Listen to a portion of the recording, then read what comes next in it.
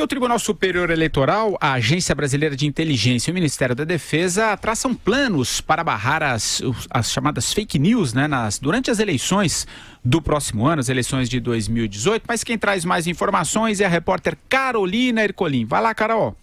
O Brasil começa a se preparar para a guerra das fake news nas eleições de 2018, de olho no que aconteceu há bem pouco tempo nas campanhas americanas e francesas. Sim, porque ninguém duvida que haverá um forte embate por aqui.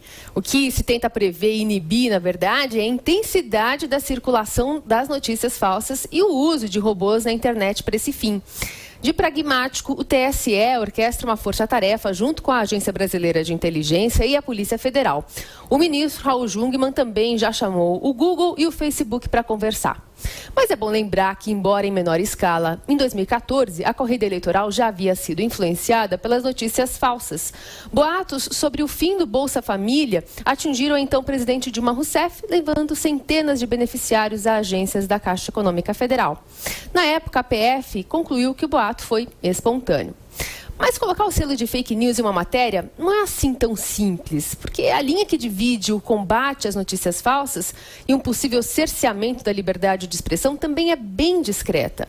E ainda temos a polarização e radicalismos, que ajudam a travar uma guerra ainda mais surda a argumentos verdadeiros que defendam uma posição antagônica.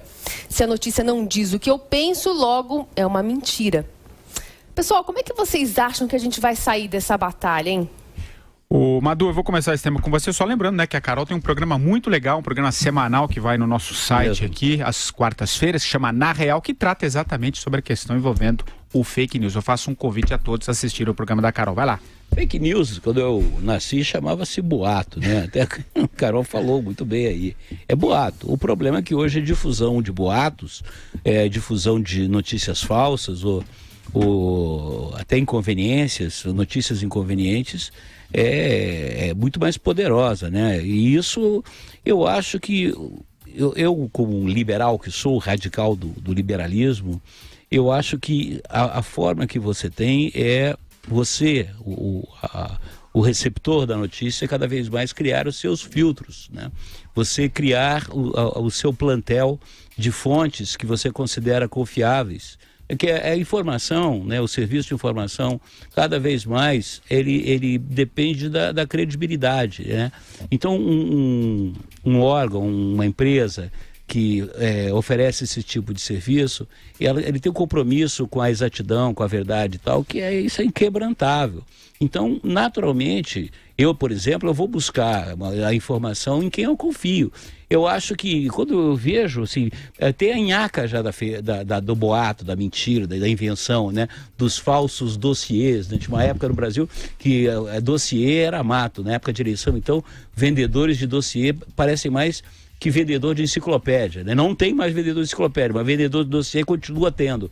E cabe a cada um de nós saber, né, ter juízo, ter capacidade de avaliação, de ver o que é fake news, o que não é fake news. Você querer regulamentar as redes sociais, a internet, isso é impossível. Isso aí esquece, não é por aí. Como diria, né, o Eduardo Cunha, esquece. Vera Magalhães. A gente tratou desse fenômeno ontem aqui, né? Que ela do profundo desconhecimento da justiça brasileira, dos parlamentares brasileiros, de todos, de como funcionam as redes sociais, de como funciona a própria internet. Você querer parar a fake news na base de resolução do TSE é você querer dizer que você pode parar o vento, mudar o rumo do vento, parar a erosão de dunas, por exemplo, fazer as areias pararem de se mover. É impossível, não vai dar. Elas vêm de fontes múltiplas, incontroláveis, anônimas, elas se multiplicam por compartilhamentos espontâneos. É que nem uma notícia que a gente estava vendo aqui no intervalo, de que a Justiça mandou, veja só, o MBL e o Alexandre Frota apagarem um post sobre o Caetano Veloso. E a Paula lá. É de uma infantilidade, parece coisa de primária. Você apaga isso que você escreveu do seu amiguinho. Não se apaga nada da internet. Isso já foi compartilhado milhões, bilhões de vezes. vezes, já foi alvo de matérias, já foi, enfim, replicado, respondido pelos próprios ofendidos. Não se apaga isso, não tem como apagar.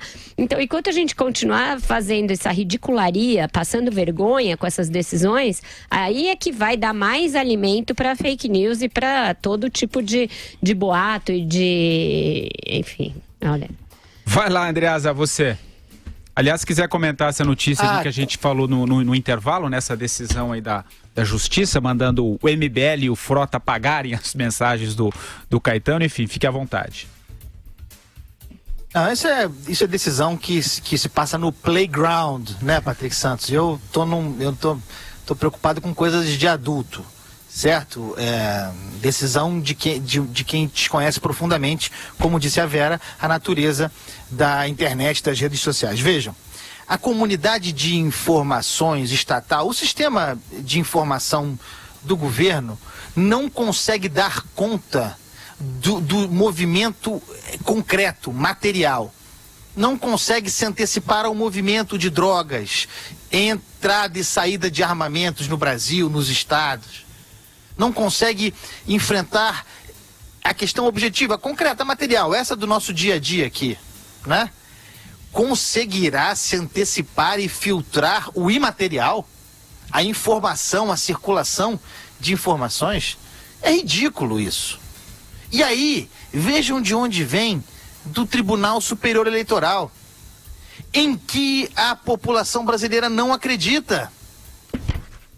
A população brasileira acha que o Tribunal Superior Eleitoral é fake. Quantidade extraordinária de pessoas que acha, não sem razão, você sabe minha opinião, de que as urnas eletrônicas de responsabilidade do TSE não são confiáveis, que elas são violáveis. Então o TSE tem que resolver, antes de tentar resolver o problema dos outros, o seu problema de credibilidade junto à sociedade. O problema das fake news é um problema nosso, jornalístico. E eu acho que um programa como o da Carol tem um grande papel, vai ter um papel maior ainda no ano que vem. A gente, como formador de opinião, vai ter um enorme papel. E eu acho, sim, que fake news vai ter um peso nas eleições. Não tenho dúvida. Teve nas eleições dos Estados Unidos, tem um peso cada vez maior. Era muito aqui também. Porque esses boatos, eles se proliferam pra caramba e a gente tende a estar atento, tende a ter uma pauta atenta a isso, e vai ser um serviço jornalístico primordial para todo mundo separar o joio do trigo, separar o joio do trigo também no discurso dos candidatos, que vai vir cheio de fake promessas. Então, fake news, promessas fakes, candidatos fakes, biografias fakes, tudo isso vai estar aí no mercado, nas gôndolas eleitorais de 2018, e vai ser nossa missão combater isso, não da Justiça Eleitoral.